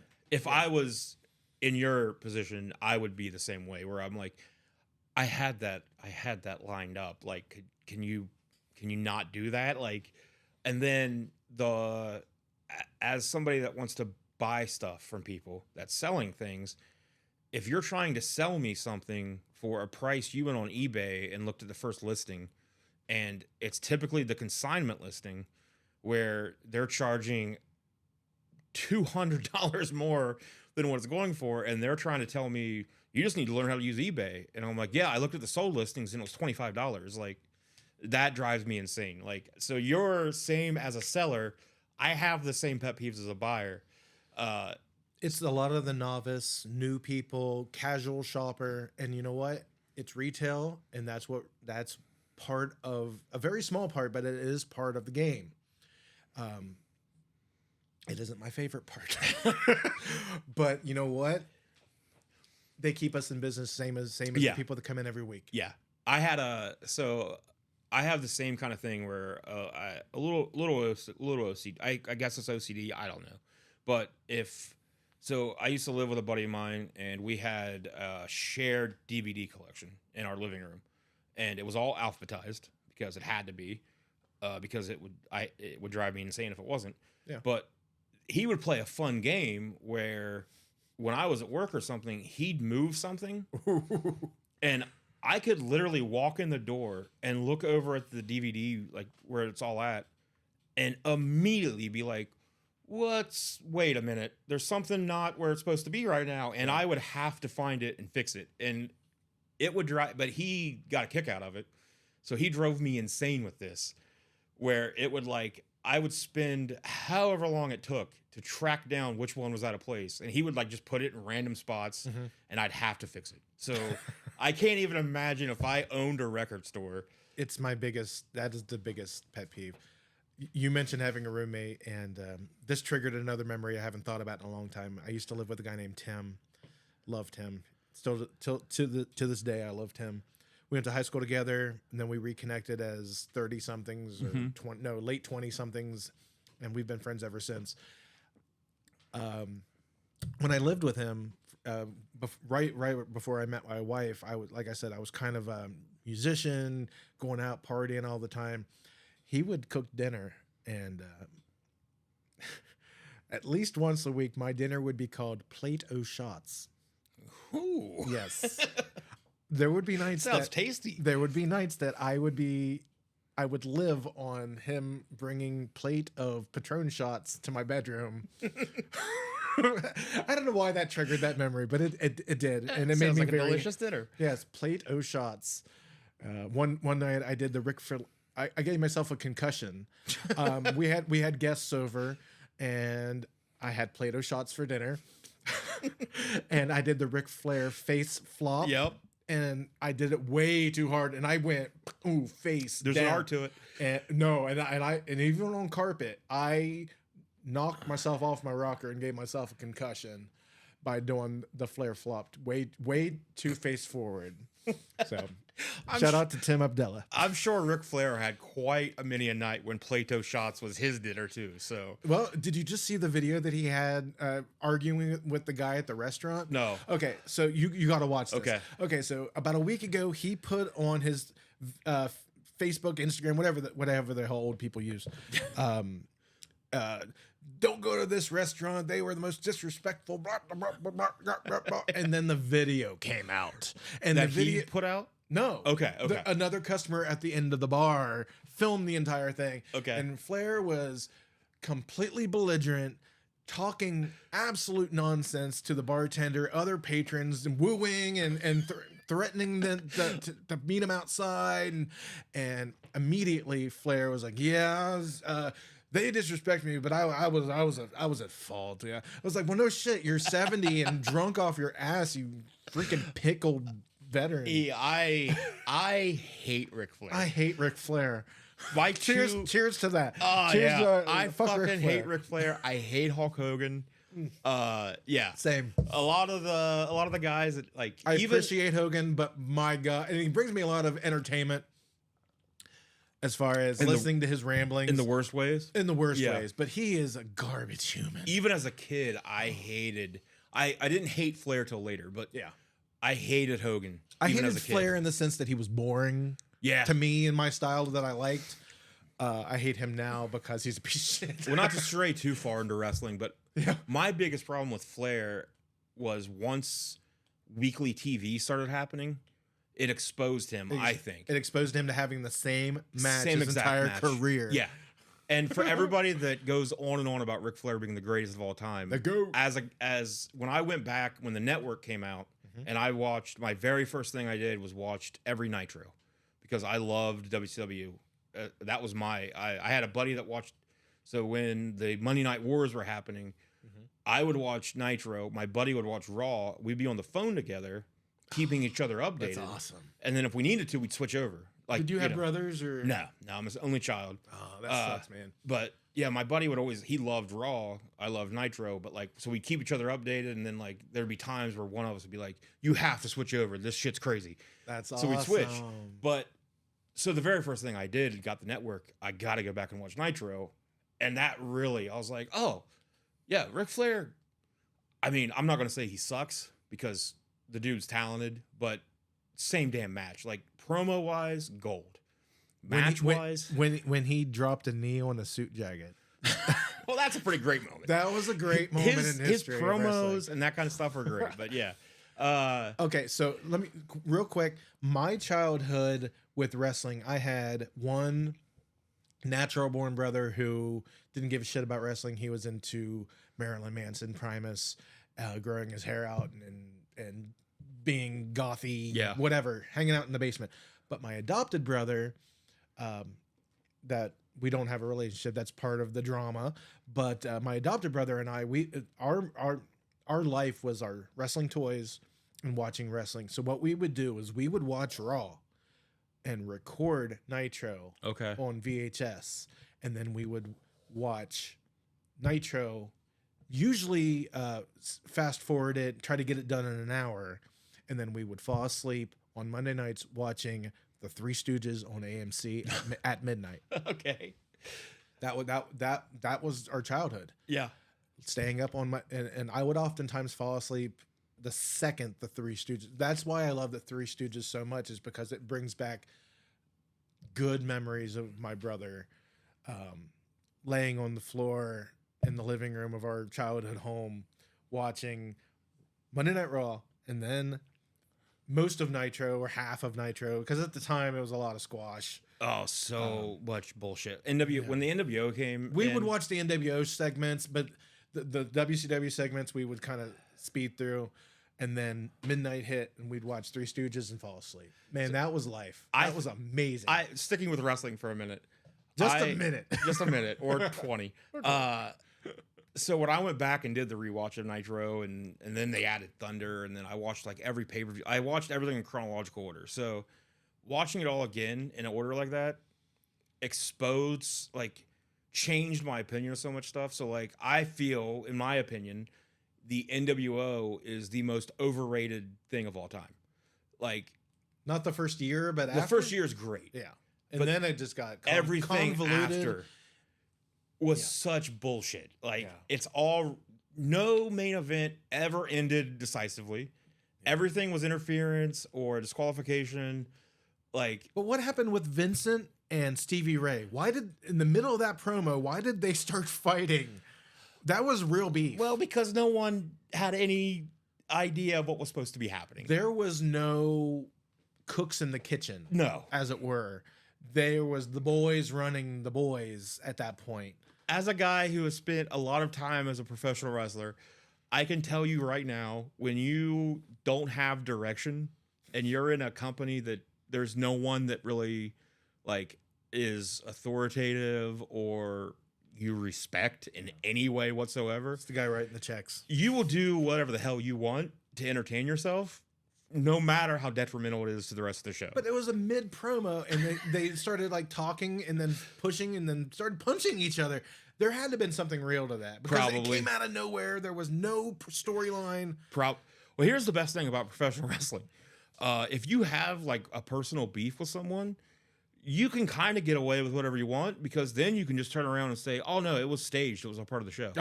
Because who's going to have... It's WCW. How can It you win doesn't that have to argument? make sense. Exactly. So what was your first like what's your first memory of professional wrestling? I'm always curious about as We talked. any wrestling We fan. talked about this last time. I think but we did. It's hanging out with my grandpa, Dusty Yeah, Rhodes, that's right. Saturday morning wrestling. Dusty Rhodes. I don't remember who he was fighting, but watching him gyrate with his knees. So he had the polka dots already. He had the yeah, Okay. it was him and Sapphire. And That's right. I remember. Okay, I remember you talking about that. yeah, it was but yeah, early part of my life didn't revolve around music. Music didn't hit me until 16. I was a late bloomer when it came to that because my life was nothing but wrestling from God, I mean, we would go to my aunt's house and watch every pay-per-view. That's how spoiled we were. My parents paid for every pay-per-view, but we lived out in the woods, so we didn't have a source for pay-per-view. So every pay-per-view, we would go to my aunt's house and we watched every single one. I don't think we ever missed a pay-per-view.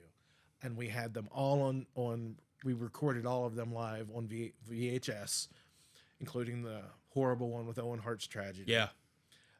Just all of them up into, I mean, WrestleMania 12, watching that one live, that's not a very good pay-per-view.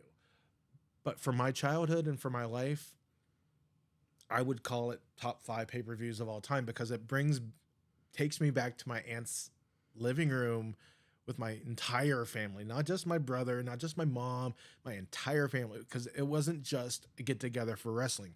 She had a swimming pool, so we would always swim, barbecue, hang out as a family, and then we'd watch South Park because South Park was brand new and cool at the time, and then we would end the night with the pay-per-view. And half the time I wouldn't even make it to the end because, swimming makes you tired when you're little.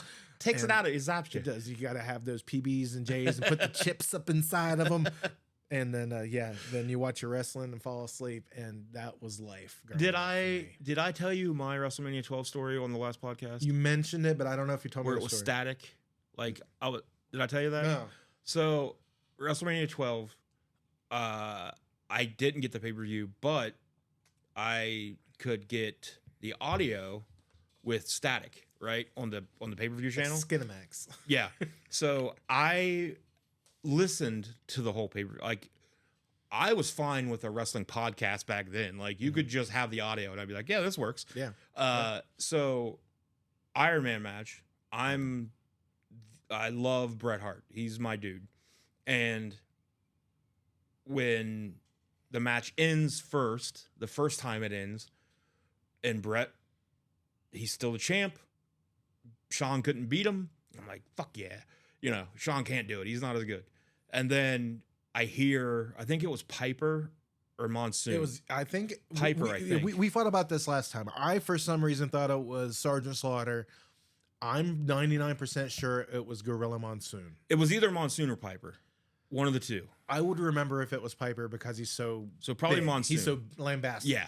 So when he comes out, Yeah. and I hear the match is restarting, Yeah.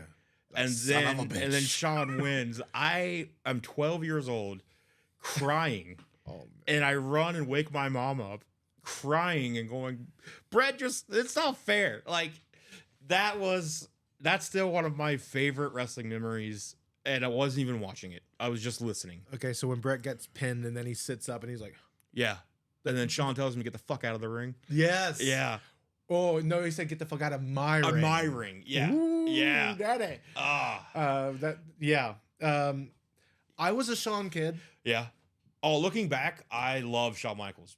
Top 3 of all time. I shouldn't have, though, because he was my generation's Hulk Hogan behind the scenes. Yeah, behind the scenes for sure. The absolute turd. In ring, though. In ring, nothing ever. Well, nobody will ever top his returns. His okay, so Cena, Orton, or Iron Man match. I never thought in a million years I would like that because at the time I was like, Cena sucks. Yeah. And then I was like, Orton's boring. They did shit. I think it was at Bragging Rights. It was a Bragging Rights pay-per-view. It was Cena, Orton in a 1-hour Iron Man match. Go back and rewatch it. They used pyro. They like threw him on the pyro board. Okay. Yeah. They did stuff in that match that in 1994 or whenever WrestleMania 12 was. But Shawn and Bret didn't need to throw each other into through plate glass windows and pyro boards. They wrestled their butts off for 60 minutes, took a 5-minute breather, and then went another what, like 7? 8 to 10. Something like that. Yeah. And yeah, it is definitely storyboard, moment for moment, the first real epic moment that I can remember in my life besides John Candy dying. Okay. Yeah. Yeah. Yeah. When I went back and like, I mean, the fact that Shawn Michaels came back and somehow I think almost had a better career. Like, Yeah. just 2002 on? the match quality was so incredible. Like for a dude that had already had some of the best matches in the history of wrestling. And then to have a broken back, substance abuse problems to where it would have crippled a normal person. Yeah. To come back in the early 2000s and go until, well, Him and Taker. until, yeah. Yeah. But I mean, him and Angle at WrestleMania, whatever Mania that was. Whatever. 21? 20? Nope. No, 20. 20, I think. 20. Just No, that was him and Jericho at 20. That's right. Yeah, the Hollywood WrestleMania. Yeah. WrestleMania Hollywood was him and Jericho. But yeah, So it so was 19. I don't know. They yeah. all run together. it does. It does. They're all numbers. And then I try to like remember wrestling. I try to remember like mainstream wrestling and align it with because like once I started wrestling, I try to align it with those times, but then my timelines get all screwed up. So okay, so back to you. That was like a literal 20-minute I segue could talk into an about wrestling. entirely different podcast. I could talk about wrestling for days. Oh, me So- too. Me too. So I guess just a couple final questions, I guess. If you hear the pitter patter, that is my beautiful babies upstairs running around like monsters. So what is the vinyl in your collection that you're like, I will die before this leaves my collection? I have several. That is a great segue because next week's podcast starts I'm going to pull that's what this crate right behind you is. Okay. 100 records of that will be buried with me. Okay. Yeah, we're going to do 25 a week for 4 weeks. We're going to do them video style, obviously. And I'm going to do 25 or 100 through 75, 74 through 50, blah, blah, blah. 4 episodes coming up, the next 4 episodes, unless something cool happens where I need to interview people, because I am working with Caitlin at People's Bank Theater trying to interview more celebrity type people that are coming to town. We're working right now with the Prince guy. He's coming into town doing the Prince Experience live performance. I'm going to surprise him if this happens. So Okay. hopefully he's not listening. But I'm going to bring on my friend who is the Prince genius, the archivist, if you will, for Prince. And I'm going to put them to the test of a trivia challenge. And I don't want him to know what's happening. Nice. Okay. Yes, he may hang up on me mid-podcast, but that won't bode well for him. But yeah, that's my goal. I know I have to talk through management. We're gonna make it legit. So trust me, I'm working on it. But yeah. So, anyways, the next 4 episodes, or at least the four coming up episodes, I will be going through and actually showing you 100 records in my collection that will be buried with me. Sorry to my wife who wants to sell them to pay for my funeral because I don't have life insurance. But these are the ones that will weigh me down. There's plenty of other things to sell. Oh yeah, plenty of other records that I will only mildly haunt her because honestly, when my record store started, dude, my collection was at 3,000. Okay. I had the flip bins, the ones in my store were lining my wall. This was full, that was full, that was full. So that your was full. store was down here. Yeah. Yeah, okay. Oh yeah. Okay. And that was just my personal collection. I parted with over half. I'm down to under I have under 700 now. You have Out of I'm over sitting 3 in a record store right now. it seems No, like. this is the shell of a record store. But if you look closely, every one of these is ones that I love for one reason or another that I'll never get rid of. But as it is, I do go through once every couple months, and pick out a handful to bring to the store to sell from, the owner's personal stash. Yeah. For no other reason than I know I can get them again. I see them all the time. But yes, I have 100 pulled right now behind me, coming up for several episodes where we're going to talk about why they mean what they mean. They may be super valuable. They may not be valuable at all. They may just have an emotional attachment to me. A lot of them are that. Because for me, vinyl is not so much about the music. You can get the music anywhere. Mm-hmm. It's about the story of how it was obtained, including a lot of records given to me by close friends. One that's in that I kind of sobbed in his driveway last week. He told me he was terminal, and he gave me back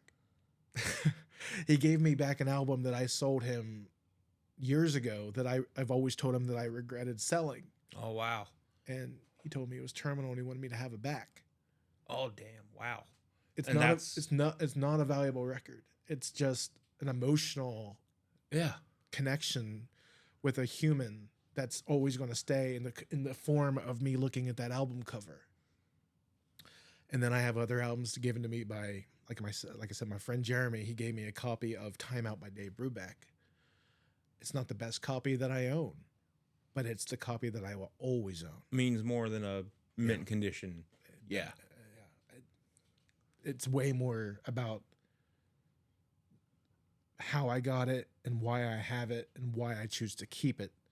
Because at this point, when you own a record store, I hate to say it, but it's true. The love of collecting kind of dies a little bit because you're so worried about the value and how much you can get out of it to spend money to buy things that people want. I'm thinking, oh, wow, I bought that for $20 and now it's worth $120. I should sell it. And then you're like, but that was a gift from my sister-in-law, or that's something that I've had since I started. Mm-hmm. That I got it out of a quarter bin at a flea market in Belpre that doesn't exist anymore. So I think that's the thing that it's hard. If you're not a collector, it's hard to explain to people that don't collect things what collecting really means. Like, I'm the same way. Especially if somebody gives me something, that's probably staying, no matter what it is. Yeah.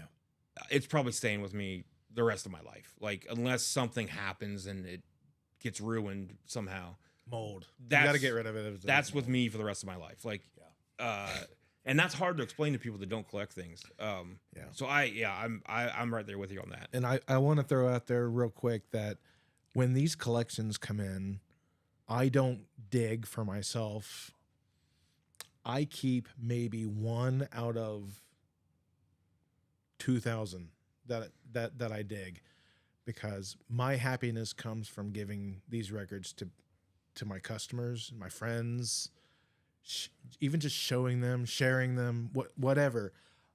I'm not out here for myself doing these digs. Trust me, today was my day off. I thought today I was going to be at my desk ordering things, checking emails, doing back end stuff, and then I ended up doing 6 hours of heavy labor carrying hundreds of boxes from one end of town to another on 3 truck trips. But I'm out here doing this for you guys, and I promise you I'm not keeping the good stuff. Right. Because at this point I have 99.9% of everything that I would ever want for myself from my personal collection. Sometimes I keep the most random weird things. Dr. Hook's greatest hits.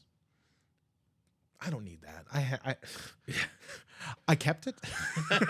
Why not? Admittedly. But I didn't need it because I have the first three albums by that band, and those are the only 3 albums that I really like by that band. Yeah. But it's nice, when you're having a couple brewskis, to not have to change albums as frequently. You can hear Penicillin Penny and All the Like a hits. Rolling Stone, not Like a Rolling Stone, that's Bob Dylan, on the cover of the Rolling Stone. So yeah, if you like Dr. Hook, check out Shel Silverstein, who is the poet from all the children's books that we grew up with, who was in that band, and he was a hell of a hippie, writing some really weird, gross shit, and you had no idea that he was also writing kid stories. Just the most interesting dude Yes. ever. It really is. I own all of his books. I don't think I own any of his records. I have several, and you would be surprised. Freaking at the Freakers Ball. I've listened. I don't know. I don't think I own. I might own. I have a lot that I've just bought like in bulk or lots and stuff. Yeah. So who knows? You what I randomly have. get a Shel Silverstein once in a while. Yeah, but yeah. So real quick before we kind of wrap things up here, going back to Captain D's and the Hush Puppies, which should have been your band name. It really should. I meant to ask this earlier and I got lost in wrestling talk. But what? So what kind of music did you? What was the band's actual name? Good Tuesday. Good Tuesday. That's right. So Yeah. what was your genre? What was the? Whatever will get me laid. No, I'm kidding. I am kidding. I told you when this started, this would be uncut and uncensored. Like, bite this with Vic Venom. Oh, good callback. Callback. No, this was honestly at that time, early 20s. I was a huge fake, not really a fake hippie, just kind of earthy. So a lot of Jack Johnson, Dave Matthews, like I said, whatever would give me that wasn't much of a lie. It wasn't much of a lie. But yeah, kind of like that stuff. Okay, I guess. okay. I don't know. But a little jam bandish. Jam bandy. Okay. Yeah, a okay. little jam bandy. BYTE this, by the way, Ooh, for the Vic BY. Venom fans out there. Vic Venom. So I guess to wrap things up, I do want to say, so a couple weekends ago was what could potentially be my last professional wrestling match, and I do want to say, thank you. It brought a tear to my eye. Thank you so much. When I came out there, I knew you were going to be at the show. Yeah. When I came out there, there was, so not to make this about me, No, make it about you. but there was the sun was setting, which I felt was very poetic. Apropos. Me and the guy, Logan Taylor, is who I had the match against. Kid I trained, loved the fucking kid. Yeah. And we were in the back talking, and I even like was looking at my weather app to see what time the sun was supposed to set. And I even told him, like, dude, I think our match is going to be about because this was an outdoor show. Yeah. So I was like, dude, I think our match is going to be about the time the sun's setting. And I was like, how fucking perfect is that? Like, this could be the sun setting on my career. And then when I walked out there, I hope not. first time in 5 years, I've walked out for a wrestling match, and I think most of that crowd was there for me. Yeah. And to see the sunset and just to see the people was already like I took them, like I had to just take it in. And then when I came around the corner of the ring, and you have the sign of Cold Cash is going to kill you, and This is gonna kill just you. like. I did like I extend my sincerest thank yous for being there. I had a lot of friends there. It was awesome. Did you see me flip your guy off? Yes. I hope the cameras got that. It when they did. were- It was like, If you haven't watched it yet, you can go to YouTube, check out Saturday Night Shoot Masters. and I hope he knows that he didn't come around. I was going to do what you did and gave him the props at the end, but he went the other way Yeah. because I really felt bad because I know, like, I'm not. I'm not a very good heel. I was like, I'm sorry, I didn't mean to flip you off. You took his chops like a man. Yeah. That kid is He's aces, man. I He's trained aces. him. Me and Vance Desmond trained him. He was always one of my favorites. I fucking love the kid. Like I said, if you're out there listening and you're interested in wrestling or whatever, check out Saturday Night Shoot Masters. I always think of the Super Nintendo game, Saturday Night Slam Masters. Yeah. Saturday Night Shoot Masters on YouTube. You'll find it. But yeah, it does show you flipping him off. Good. So And that was all for show. Listen, I'm not a very good bad guy. in wrestling. I thrived on being the bad guy. Like There were so many things I wanted to scream. Like that guy that was wearing that purple leotard and it was dancing around or whatever. Eric Steele, Mr. Sex Appeal. I tried so hard to scream something, but I would have felt like trash. I wanted to scream, "You look like a can of purple." Eric Steele is my favorite wrestler. I will go on record saying that He was like an amalgamation of like 3 WWE guys. All he's the best. he was so cool. He was like Akeem the Dream meets I don't even know. At the time I was like, I see a little bit of this. I see a little bit of that. Akeem is a good. Yeah. He's one of my. I've had many He battles. did the Big with him. Wiggle. He did the Tracy Smothers. Yeah. He's very. Yeah. So Little Norman Smiley in there. little Norman Smiley. Smiley. Uh, yeah, he's French. So, but yeah. So I just wanted to say thank you for that, and welcome. also just I'm a huge supporter of local businesses. I'm not too. I'm not a corporate. Yeah, you too. I'm not a corporate guy. So I love, like I said, when I went to the store the first time and saw so many people digging through, awesome scene, awesome thing to see, and then I'm so happy for you and your success. Thank you, man. Uh, Let me just interject. When we made our first trip in today, Tuesdays is typically a day that's dead in the water. Tuesdays usually we might as well not even be open. But then you get that random Tuesday where it's like, hey, today was one of those days. We came back with this big collection. I had just dropped a shit ton of money. And I walked in and there was like 15 people digging. And then I walked in with all of this stuff, all of these records coming in. And everybody was like, wow. And I was like holding boxes up going like, guys, this is the Grails. This is the Grails, God. This is why I do this. Yeah. And having people to celebrate these victories with, that we're getting this amazing stuff that's still out there ready for the pickings. Please bring me your stuff because it does bring me so much joy. And I was almost late for my own podcast because I was just, we had spent all day digging, or not digging, just bringing Carrying it. and Because like I said, it was compact. This collection was compacted in a basement, like 7 boxes high all the way down. I only got to look through like 4 or 5 boxes and then I was opening my wallet. yeah. So I was finally sitting down and being like, okay, where's my money? I need to get at least my money back before I can do anything. And then I feel like in under an hour, I filled 3 boxes of stuff that I had never seen before, mostly jazz. And that's what I've always complained about in this area is you never find good jazz collections because, you know, we're kind of not really the... Who in this area? Yeah, who in this Yeah, area? yeah. Other than the jazz collectors, and they're not selling. Right. You know, but just normal folk don't have the good jazz. They got the Benny Goodmans and The Duke Ellington. the Duke Ellingtons of the world, Yeah. which are fine. Yeah. But there's no value. There's no value to a seller. But when you're pulling stacks of Miles, Thelonious, and whoever the hell else I pulled, because at this point I'm so tired. It's such a blur. Cannot wait to get back to my store tomorrow, and that's the best feeling in the world. Is I cannot wait to wake up tomorrow and get back there and keep going through my new treasures that I can bring to you guys, because there's not been one thing that I've decided to keep for myself. Not even one out of the, I don't know, 20 out of 150 boxes I've looked through. Not one thing have I decided I need this more than you. And as you heard earlier on this podcast, you could go into the First City Records and you could find something for a very good price that you can get a leg up on Aaron, and you can get a steal. So You'll be able to, because I don't have the time or the resources to go through. I did tell my friend Jeremy Mill tonight. I texted him and I sent him some pictures, and I'm like, I'm going to need you to kind of go back over these boxes of stuff that I'm assuming is just commons, to make sure that I'm not leaving hundreds of dollars on the table. So what's the next big event at the store?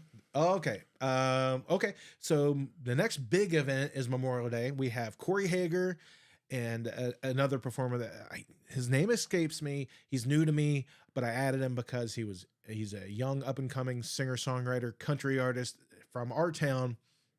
We have Corey Hager, who has opened up for over 20 #1 artists like Zach Bryan, Corey's great. Luke Holmes, Morgan Wallen, as to name a few.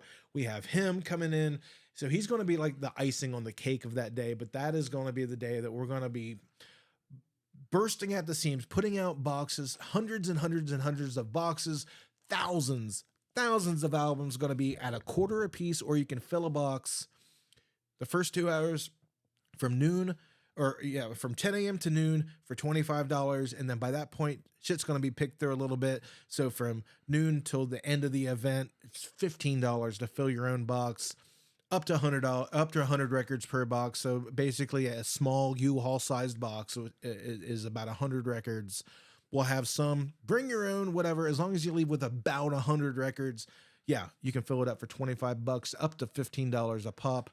And then after that, we're talking about the Great Race. I just booked Jake Dunn and the Blackbirds, one of my favorite, if not my favorite. And little Jakey has a bone in the oven, and I'm so excited that my good friend Jake is going to become a first-time father. As a father of 4, yes, I have 4 boys. That's something we didn't talk about, is our families and kids and stuff. Maybe we'll have to do this again. Hey, I'm always down. There's so much more shit that I didn't talk about. Life's long. Yeah. But yeah, I have 4 kids, so I have a very soft spot for people with kids. Jake is going to be a daddy, and he's going to be in the house for the Great Race, June, I believe, without my notes in front of me, June 23rd. And that is a 9 a.m. to 9 p.m. event. We'll have sales. I'm looking to book other acts for that day because we're going to be expecting hundreds, maybe even thousands of out-of-towners, because we are the only stop in Ohio for the Great Race, which is kind of a big freaking deal for car people. I'm not a car guy, even though I own a car detail shop. I'm not a car guy. I don't care about cars at all. But I love records, and I love having people in my shop. So I want to show what Marietta is all about. We're going to have as much entertainment and as much fun stuff as we possibly can that day, June 23rd. Those are the next big events. And of course, we have the wine and chocolate walk this week. And every first Friday is some kind of a big event. And I always will have a band or an artist in my store for those. Well, bringing in Corey and then Jake, those are some heavy hitters in this, especially this area. They could be heavy hitters anywhere. The fact that Jake Dunn and the Blackbirds is insane out there doing like road work and touring. Not only is he an amazing songwriter, but those guys are so tight. It's like they should, I don't know. It frustrates me to no end that some of our local talent doesn't have the support of it. Like, let's say Tyler Childers, who in my opinion is on the back end of the back 9 of his career already. Because the last few albums, to me, in my opinion, have been too preachy and too. I don't want to say he was better before he got sober, but man, he's just really focusing in on things that's kind of boring me the last couple albums. But yeah, we're waiting for the next big thing, and it should be Jake Dunn of Jake Dunn and the Blackbirds. Well, they played an event for the company I work for a couple years ago, and I knew about them. I'd listened to them and stuff, but everybody else there was not very aware of them. By the end of that day, everybody could not stop talking about how good they were. So that's awesome. But yeah, so thank you for letting me do this. I hope everybody enjoyed this, learned a little bit more about Aaron. Go check out First City Records, support local businesses, and I always try to spread this message. I think it's one you agree with. Just be good to people, be good to each other, and just don't do anything to make shit worse for everybody in life. So, thank you. You can buy your records anywhere. You're buying my family. You're buying my personality. You're buying my employees. You're not buying records at my store. You're buying the experience of shopping local and making sure that we can continue. So 100%, I gotta just thank everybody for shopping local, for putting up with my constant Facebook posting, because at Monsters Horde, if I didn't do that, nobody would come in. Yeah. So it's ingrained in my brain. If I don't tell them the new stuff is here, they will not come. Well, guess what? They're coming. And I gotta stop being so worried, because you guys are amazing and you're coming. And that's all I got to say about that. Well, congrats, man. Congrats for everything, dude. Thank you. Looking forward to everything that's coming up and where it's going to be here in the next couple of years. So thank you again for letting me do this. If you don't mind a cheap plug real quick, check out Middle Aged Mediocre. And, I love the shows. And I chose you over Joel because Joel sounds like a caveman. Joel's my special little boy. Yeah. He is my special little boy. So he's my son. He's older than me, but he's my son. But yeah, I love to do this anytime. So just let me know. we'll have you on. We need to have you on soon. But yeah, thank you, and I hope you guys enjoyed. And that's the last thing I'm going to say. So we're going to send it back to the studio, aka 2 feet away at my desk. Thank you very much, Cole, for coming over and having some beers and shooting the shit. And that's it. Y'all have a good one.